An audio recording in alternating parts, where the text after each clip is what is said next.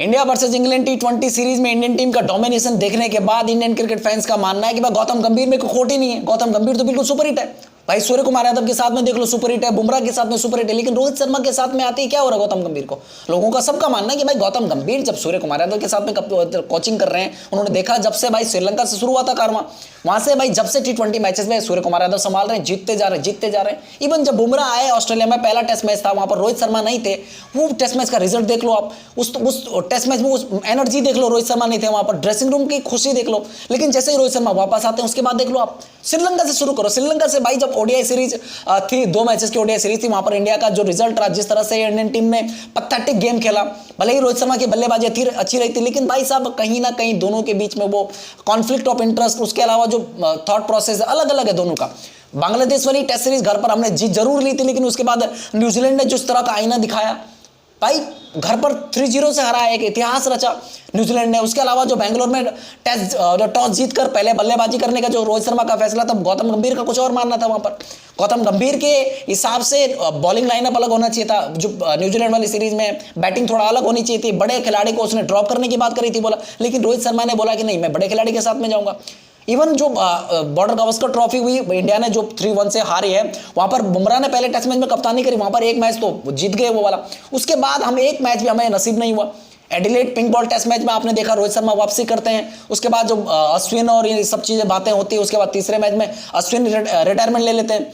वो सब चीजें होना, फिर रोहित शर्मा आना, रोहित शर्मा का आना, फिर लगातार मैचेस हारना, फिर 5वें मैच में रोहित शर्मा खुद को ड्रॉप कर देते हैं। फिर वो बातें आती है बाहर कि रोहित शर्मा क्या रिटायरमेंट लेंगे, और उसी बीच कुछ खबरें आती कि भाई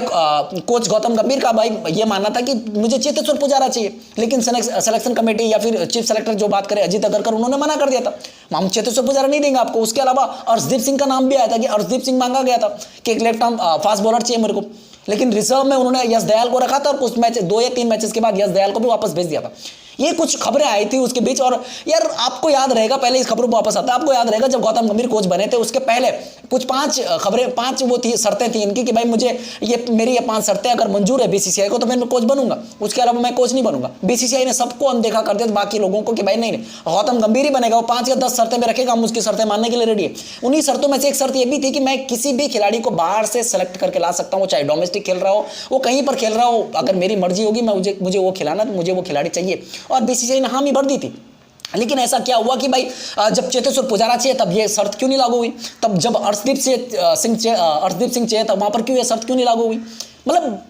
ये दोगलापन क्यों है, क्या चल रहा है, मतलब मुझे तो समझ में नहीं आया कि अगर वो शर्त मंजूर कर दी थी तो फिर तो खिलाड़ी गौतम गंभीर अपनी पावर का इस्तेमाल करके ला सकते थे। बाद में एक्सक्यूज के रूप में इस्तेमाल किया गया कि भाई सेलेक्टर ने मुझे पुजारा नहीं दिया, सेलेक्टर ने मुझे ये नहीं दिया। खैर अभी ये वहां पर आते हैं, बॉर्डर गावस्कर ट्रॉफी का परफॉर्मेंस ऐसा रहा, उसके अलावा कुछ तो चल रहा, मतलब रोहित शर्मा के और गौतम गंभीर के बीच में, जिसकी वजह से रिजल्ट अच्छा नहीं आ रहा। काफी हद तक ये भी बात आई थी बीच में कि पीटीआई की रिपोर्ट के हिसाब से भाई बॉर्डर गावस्कर ट्रॉफी खत्म होने के बाद जब रोहित शर्मा ने आखिरी मैच में देखा रहेगा आपने कि भाई आके जतिन सप्रू को एक इंटरव्यू दिया था, वहां पर उसने बोला मैं कहीं नहीं जा रहा भाई, मैं कहीं नहीं जा रहा, मैं यही हूँ अभी, मैं कमबैक, मैं यही हूँ, रिटायरमेंट नहीं ले रहा हूँ, कोई वो मत अफवाह मत फैलाओ। बाकी तो मीडिया लोगों ने तो यही फैला दिया था ना कि रोहित शर्मा का आखिरी मैच है, ये रोहित शर्मा ने मना कर दिया था आके। तो गौतम गंभीर इस बात से नाराज हो गए थे, पर उनका मानना था कि रोहित शर्मा को यहाँ से रिटायरमेंट ले लेनी चाहिए थी, ताकि उनको आगे का जो फ्यूचर है वो उसका नया कप्तान बनाने के लिए एक रास्ता मिले कि भाई अब नया कप्तान बनाना है, यहां से आगे देखना कि किसको खिलाना किसको नहीं खिलाना। लेकिन रोहित शर्मा रास्ते से नहीं हटे, जिसके चलते गौतम गंभीर और गुस्सा हो गए। अभी तो यहां तक खबर है कि जो आपने देखा रहेगा कि जो रोहित शर्मा और गौतम गंभीर की बैठने के लिए भी मतलब मुंह एक दूसरे की तरफ वो करके मुंह बैठते हैं, बोला मतलब एक दूसरे की तरफ पीट करके बैठते हैं, बोला कमाल। मतलब पीटीआई की एक रिपोर्ट आई थी जहां पर बीच में कि रोहित शर्मा और मतलब मुश्किल से पूरे मैच में, पूरी सीरीज में रोहित शर्मा और गौतम गंभीर के बीच में मुश्किल से 1 घंटा 1.5 घंटा भी बात नहीं हुई, और वो भी बिल्कुल खिलाड़ियों को लेकर, जबकि कोच और कप्तान लगातार बात करते रहते हैं, ऑन फील्ड ऑफ फील्ड लगे रहते हैं भाई साहब, क्या होना आगे क्या करना। जबकि भाई पहला मैच जीत गए तो उसके बाद रोहित शर्मा आते हैं, लगातार चैट होती है कि भाई क्या करना क्या नहीं करना। जो आपने देखा रहेगा कि भाई उसके बाद गौतम गंभीर का एक इंटरव्यू भी वायरल हुआ था, जहां पर कुछ बातें वायरल हुई थी। उन्होंने बोला अपनी टीम को, बड़े बड़े खिलाड़ी को कि अब बस हो गया भाई, अब नाटक बस हो गया तुम लोग का, अब मुझे रिजल्ट चाहिए, रिजल्ट नहीं आया तो मैं तुम लोग को बाहर फेंक दूंगा। ये सब चीजें हुई थी, और ये खबरें जो बाहर लीक हुई, उसके बाद सरफराज खान के ऊपर भांडा फोड़ दिया गया कि सरफराज खान ने ये सब खबरें लीक करी हैं ड्रेसिंग रूम से। ये बातें आपने देखी कि जब बीसीसीआई और गौतम गंभीर की जो मीटिंग हुई थी आखिर में सीरीज के बाद, जो वहां पर सफाई देनी थी, क्यों हारे, क्या हुआ क्या नहीं हुआ, वो सब चीजों में टेकरा फोड़ा गया सरफराज खान के सर के ऊपर, ये सब चीजें हुई। लेकिन भाई साहब जो ये चीजें हो रही है रोहित शर्मा के और गौतम गंभीर के बीच में, जिसकी वजह से रिजल्ट हमारे फेवर में नहीं आ रहा है। पहले तो फॉर्म नहीं लगी रोहित शर्मा की, बड़े बड़े खिलाड़ी की फॉर्म नहीं लगी हुई, और जिसके चलते रिजल्ट खराब है। उसके अलावा जो कोच सोच रहा है वो अलग है, जो कप्तान सोच रहा है वो अलग है, दोनों की मतलब थॉट प्रोसेस अलग है। रोहित शर्मा चाहते हैं कि मैं इस खिलाड़ी को खिलाऊं, कोच चाहते हैं मैं इस खिलाड़ी को खिलाऊं, कोच चाहते हैं कि स्ट्रैटेजी के साथ में जाना है, भाई कप्तान चाहता है मैं स्ट्रैटेजी के साथ में जाऊंगा। अलग अलग हो रही, दोनों के थॉट प्रोसेस अलग हैं, जिसके चलते रिजल्ट अलग आ रहा है। कुछ तीसरा ही रिजल्ट आ रहा है फिर, जिसके चलते मतलब ये भी पूरा अप्लाई नहीं हो रहा, ये भी अप्लाई नहीं हो रहा। कई बार तो ये भी खबर आई कि भाई ड्रेसिंग रूम में जो बात हो रही है कि भाई फला ये करना है, बल्कि मैदान पे ये हो जाएगा, इतना ये हो जाएगा, तो ये करना है। लेकिन भाई रोहित शर्मा टोटली इग्नोर कर रहे हैं गौतम गंभीर को, टोटली इग्नोर कर रहे हैं, उनकी बोली हुई कोई भी बात वो ध्यान में नहीं रख रहे हैं और अपनी मर्जी से चल रहे हैं, पूरी तरह से अपनी मर्जी से चल रहे हैं, जिसके चलते गौतम गंभीर बिल्कुल ही नाखुश है। लेकिन T20 में आप देख रहे हैं कि भाई सूर्य कुमार यादव हो या फिर तिलक वर्मा हो, कल जो 55 बॉलों में परसों 55 बॉलों में समथिंग 72 रन की इनिंग के लिए, उसके बाद पोस्ट मैच देखा रहेगा आपने कि तिलक वर्मा ने बोला कि भाई गौतम गंभीर ने ड्रिंक्स ब्रेक में जो बोला था मुझे कि भाई कंडीशन के हिसाब से खेल, आराम से खेल, देख के खेल, अपना गेम खेल और टाइम दे, एक ओवर में एक बाउंड्री मारने की कोशिश करो और टाइम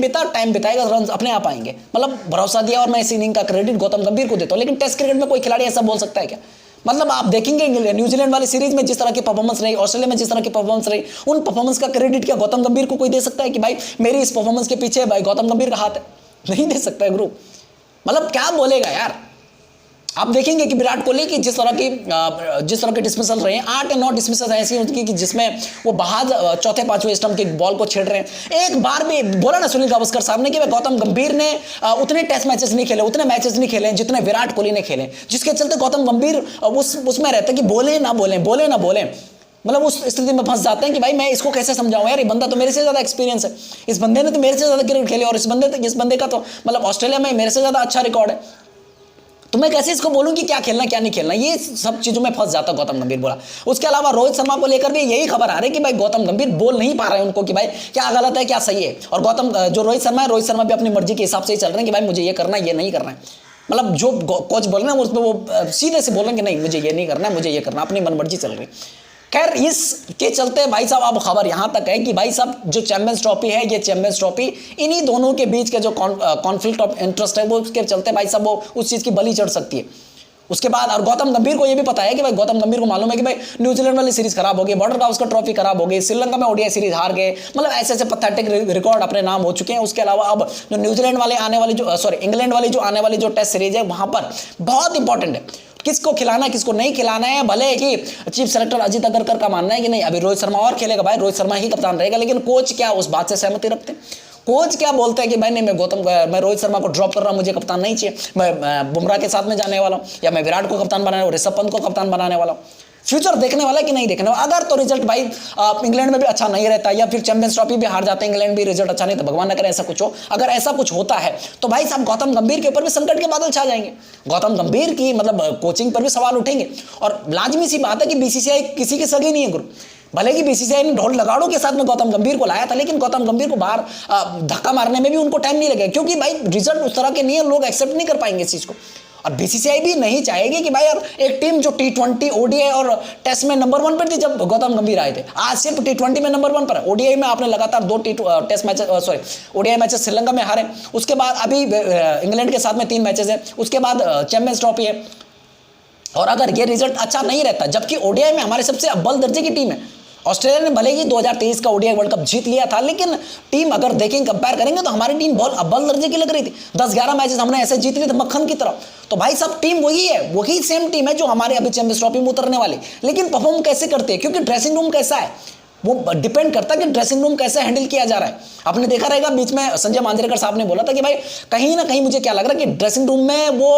तापमान बढ़ा हुआ है, बड़े खिलाड़ी अलग उसमें हैं, छोटे खिलाड़ी बिल्कुल कोने में पड़े हुए हैं, और जो परफॉर्मेंस दे के आया वो है, लेकिन जो परफॉर्मेंस दे के आया वो तो सेटल है, ठीक है भाई वो तो बैठा हुआ कि तान के कि भाई मैंने तो करा उखाड़ के आया हूं, लेकिन जो जिसकी परफॉर्मेंस नहीं आ रही वो बिल्कुल दब रहा है।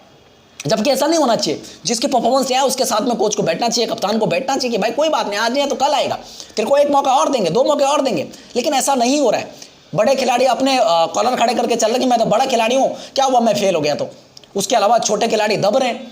ये मानना है संजय मांजरेकर साहब का, तो उनका बोलना है कि भाई कहीं ना कहीं ये चल रहा है कि भाई अपना अपना चल रहा है, अपने अपने दौस में सब चल रहे हैं, ये हो रहा है। गावस्कर साहब का भी सेम बोलना था भाई कि रोहित शर्मा अलग चल रहे हैं, विराट कोहली अलग चल रहे हैं, कोच अलग चल रहे हैं, तो फिर ऐसे में टीम नहीं चलती आगे। खैर चैंपियंस ट्रॉफी इन सब चीज़ों की बलि चढ़ती है या नहीं। अगर चैंपियंस ट्रॉफी का रिजल्ट अच्छा रहता है तो फिर मुझे लगता है कि इंग्लैंड वाली सीरीज में जो भी ऊपर नीचे होती है तो भाई वहाँ पर उतने सवाल नहीं उठेंगे, लेकिन टेस्ट क्रिकेट में हो सकता है फिर भी सवाल उठ सकते हैं, क्योंकि वीवीएस लक्ष्मण रेडी बैठे हैं।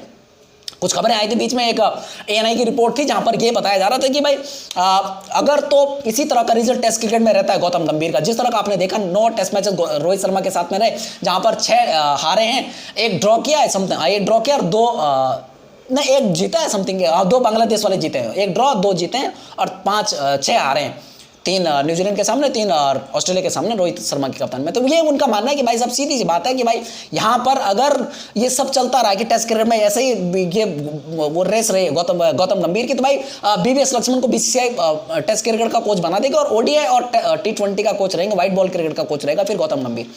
खैर इस पर कितनी सच्चाई है कितना क्या है इस बात में तो कोई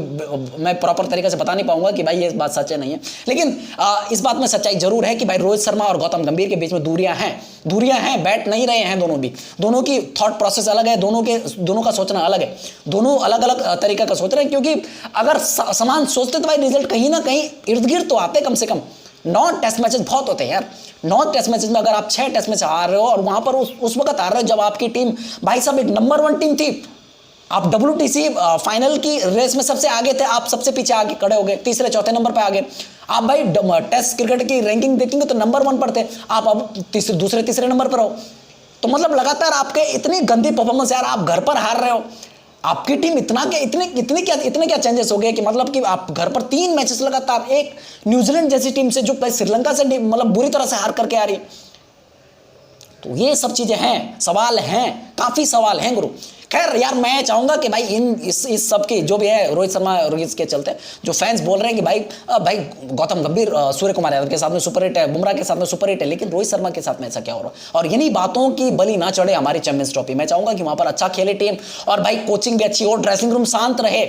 यहाँ पर जो स्टार कल्चर, जो बीच में इरफान पठान ने भी आवाज उठाई थी कि स्टार कल्चर वो स्टार कल्चर को थोड़ा साइड रखा जाए, जिसकी परफॉर्मेंस है उसको मौका दिया जाए और जिसकी परफॉर्मेंस नहीं है उसको बोला जाए कि भाई यार ठीक है, बस करो, कृपा करो, बैठ जाओ। अब बड़े डिसीजन लेने पड़ेंगे तभी गौतम गंभीर की कुर्सी बची रहेगी, लेकिन अगर ऐसे ही दबते चले गए कप्तान के नीचे, बड़े खिलाड़ियों के नीचे, तो भाई साहब एक वक्त ऐसा आ जाएगा कि बीसीसीआई खुद बोल देगा कि भाई आपको ढोल नगाड़ों के साथ में लाए थे लेकिन आपको सुख शांति के साथ में निकलना पड़ेगा, नहीं आ रहा रिजल्ट। खैर अपनी राय दीजिए भाई साहब, इस सब की जो बीट चल रहे हैं, इन सब कॉन्फ्लिक्ट ऑफ इंटरेस्ट चल रहा है उसके बलि ना चढ़े चैंपियंस ट्रॉफी या फिर इंग्लैंड वाली सीरीज। भाई सिलेक्शन उसी का होना चाहिए। अभी देखा रहेगा आपने कि जो डोमेस्टिक में भी ये रणजी में हमारे रोहित शर्मा गए, बाकी मैक्सिमम बैटर हमारे फेल हुए, लेकिन रोहित शर्मा को ज़्यादा टारगेट किया गया, लेकिन रोहित शर्मा देखा रहेगा कि नहीं आ रहा है गुरु, नहीं हो रहा, काफ़ी पुश कर रहे हैं, बहुत ज़्यादा पुश कर रहे हैं। पहली इनिंग में भी देखा, दूसरी इनिंग में बहुत ज़्यादा पुश करने की कोशिश करी, लेकिन नहीं आ रहा रन। वो हैंड आई कोऑर्डिनेशन, वो फुटवर्क,